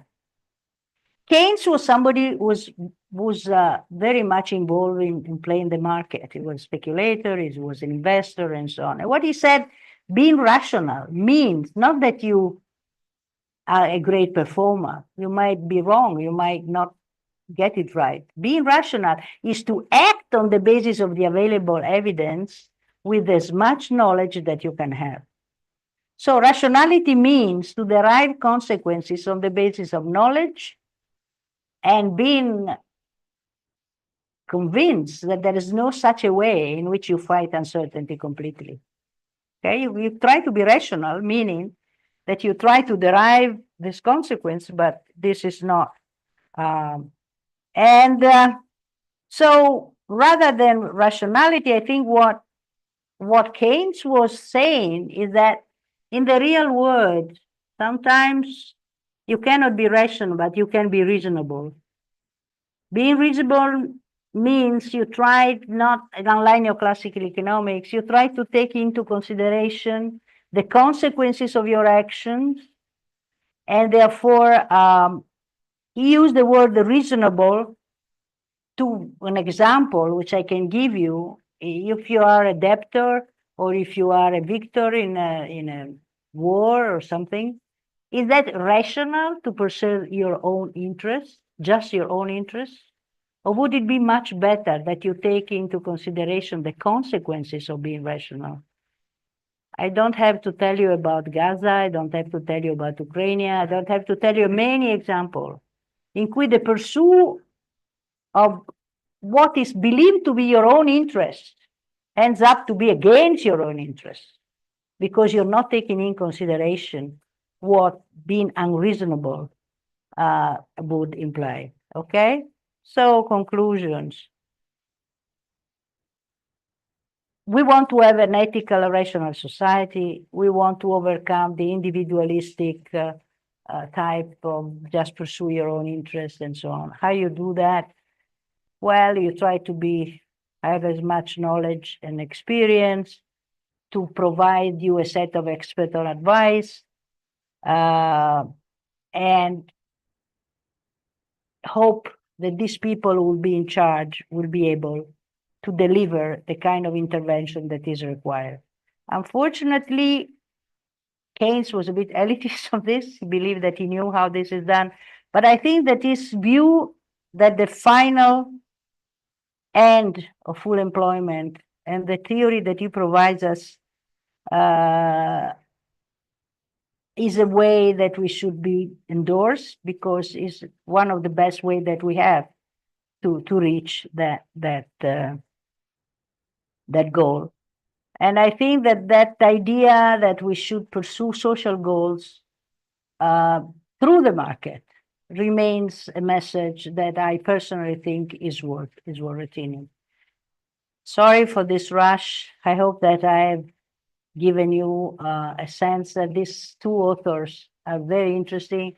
They cannot be reduced to the kind of things that you are taught, and that you have an incentive to go back to them and read them and be inspired by that.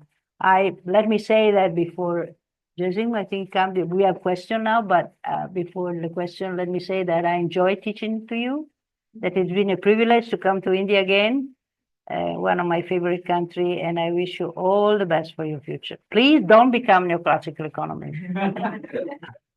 Okay, thank you very much. Okay, so we have time for questions now. Yeah. Eh? Yeah, great. I'm great. So let's have the question also from the online people, if we do. Yes? One of the most interesting parts of these three lectures for me was how you draw the linkages between Marshall and Keynes, especially with regards to expectations and so on. You have to speak up because your mess doesn't help me. Okay, No. Keep it's fine.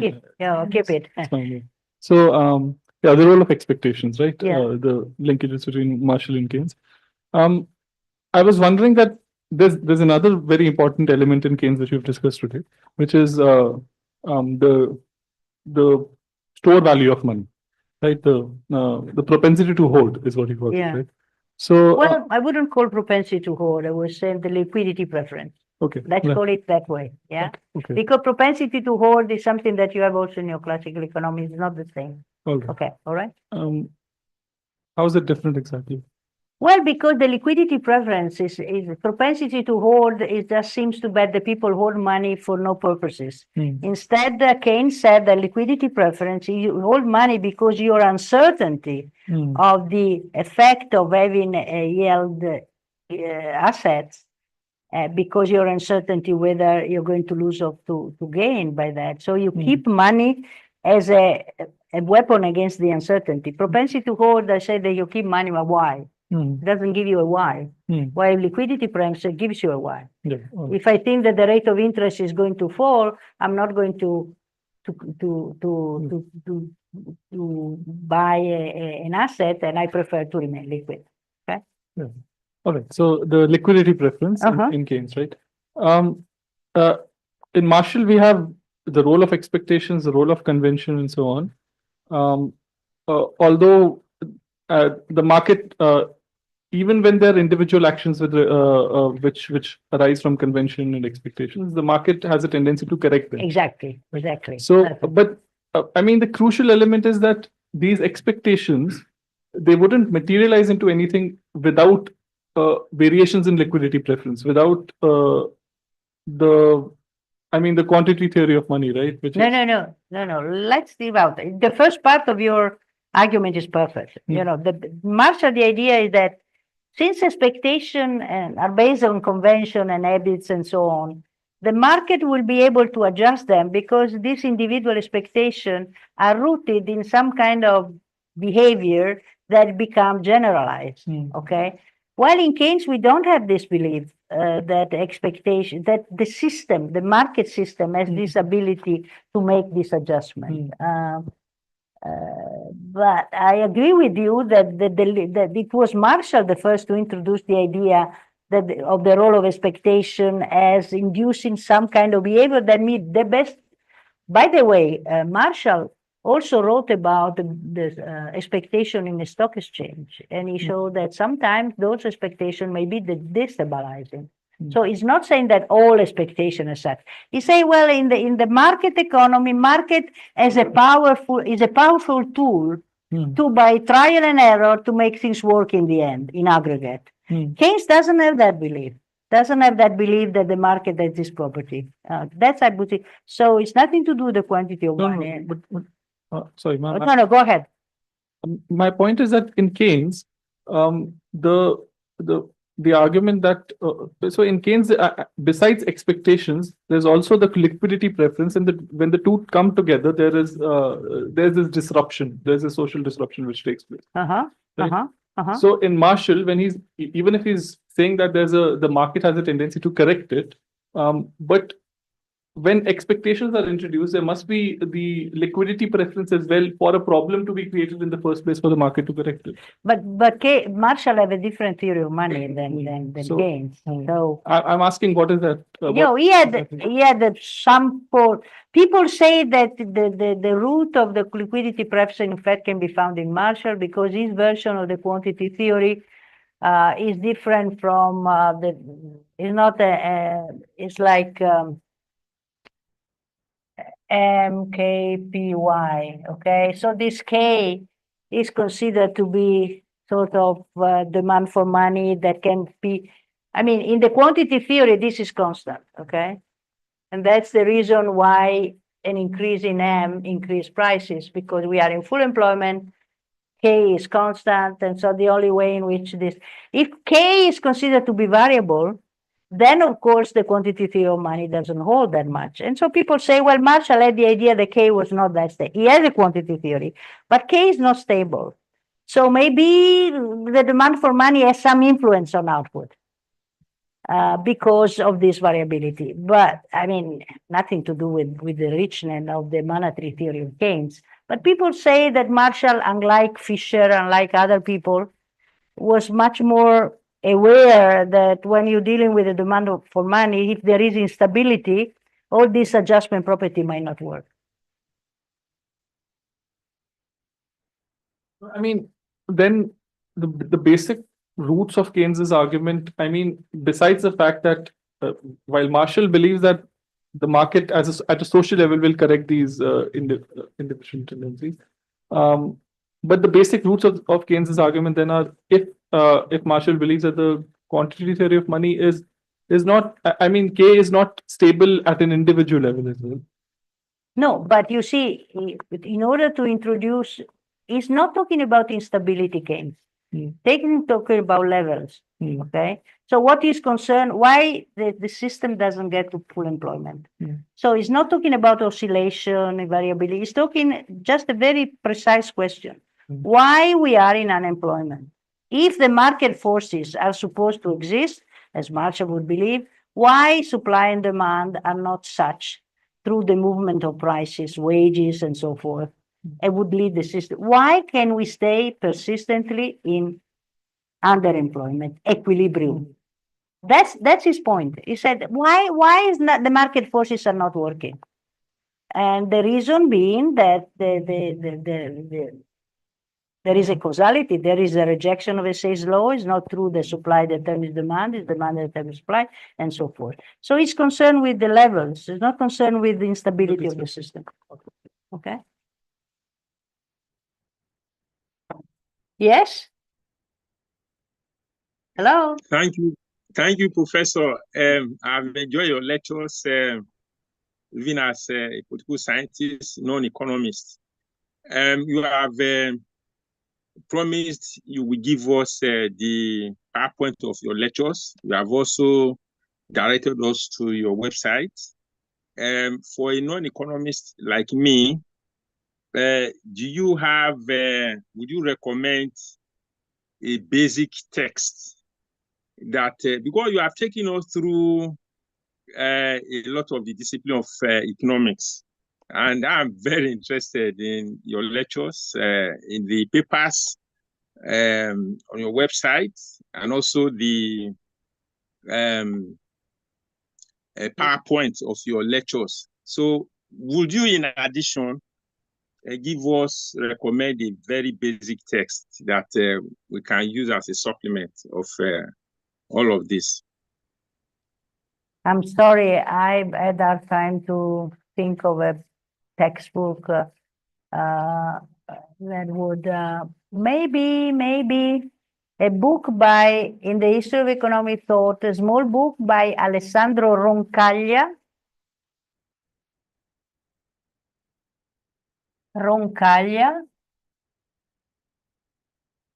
He has two books, A Wealth of Ideas.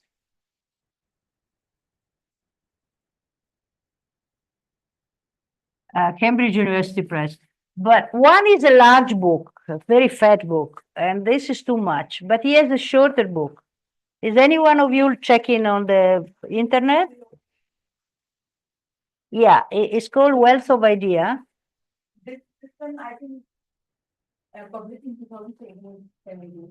Yeah, the small one. Yeah, so that I would think is a good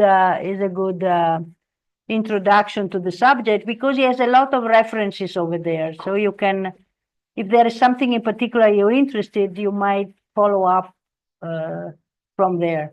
Yes. Okay. Okay. Thank you very much. No, thank you. Appreciate it. Yeah. All right. Yes. Thank you, Professor. I just wanted to add regarding what you said earlier regarding the allegation that the welfare state emerged out of Keynes's ideas, that the welfare state in the West, in Europe as well as in the US, was more a response to the rise of the Soviet Union and the threat of communism, right? Like, well, there is a lot of literature on the rise of the welfare state and so forth. What I was trying to argue, that people tend to put together the Keynesian idea about public spending to increase employment with the idea of public spending to provide welfare. He was obviously, he supported Beveridge when he presented this his book, but he was not the one who was concerned. He was much more concerned with the issue of so the two things are not completely separated, because it implies that the market mechanism doesn't work and so on. But he was not someone who gave a great contribution to this idea that we have of the welfare state. Okay, so it's more beverage that he was the one involved. Anyway, I have a paper on that if you are interested, beverage and cane, so you can download it if you. Did you find my web page by any chance? Did you have a problem or did you find it? Yes? Okay, so there's no. Is there any other question? We are approaching the end of our. So, no, so, Desi.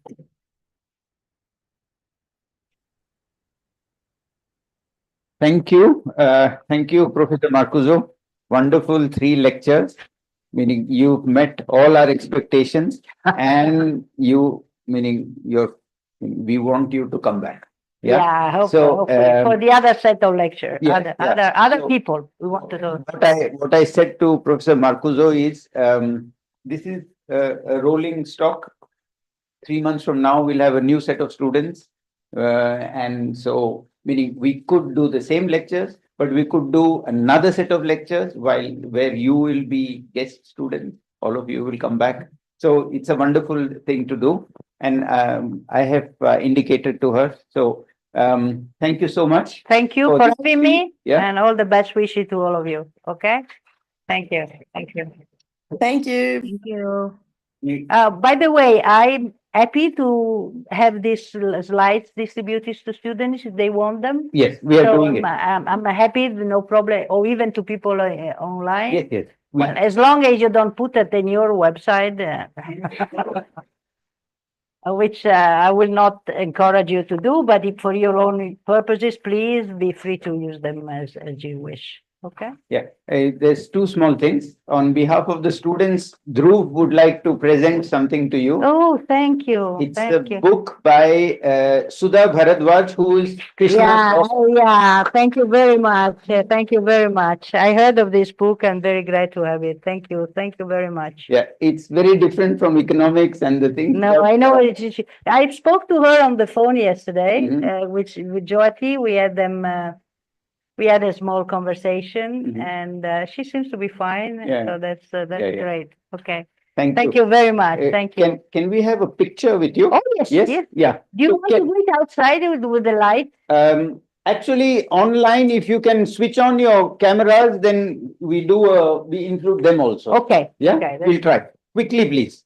Yeah, may I request those online to switch on your cameras? We do a quick picture with Professor Marcuzzo. Please come.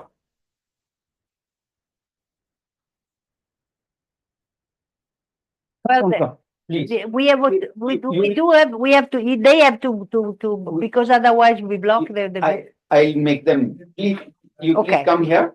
Oh, Come. Yeah, around the screen. Yes, something like this, huh? Is it working? Yeah, it'll work. Okay. I think you have to. Yeah, some of them in the class will sit down. Told please. one has to set to go down. Give me a minute, I get my. Please come be on. Prof. Jessim, I'm here. So, What is saying? Saying I'm here. Eh? Saying I'm here. You also have a camera. Okay, so ready? Smile. Smile. Cheese. I take multiple pictures, so we get rid of some amount of uncertainty. oh, I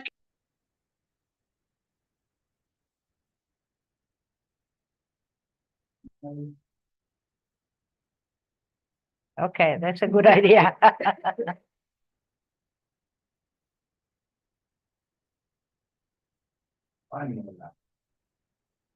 Why you want to join with you? Huh? It's odd that I joined. No, it's not. Now, Jesse, you have to come close to me. I Come have to on. come to- Hierarchy, come on.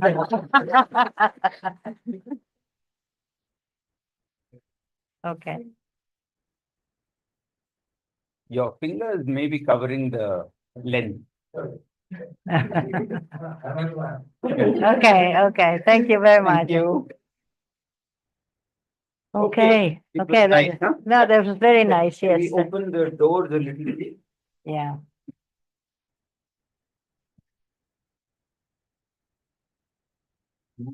Comes at 11. Yeah, please. Yeah.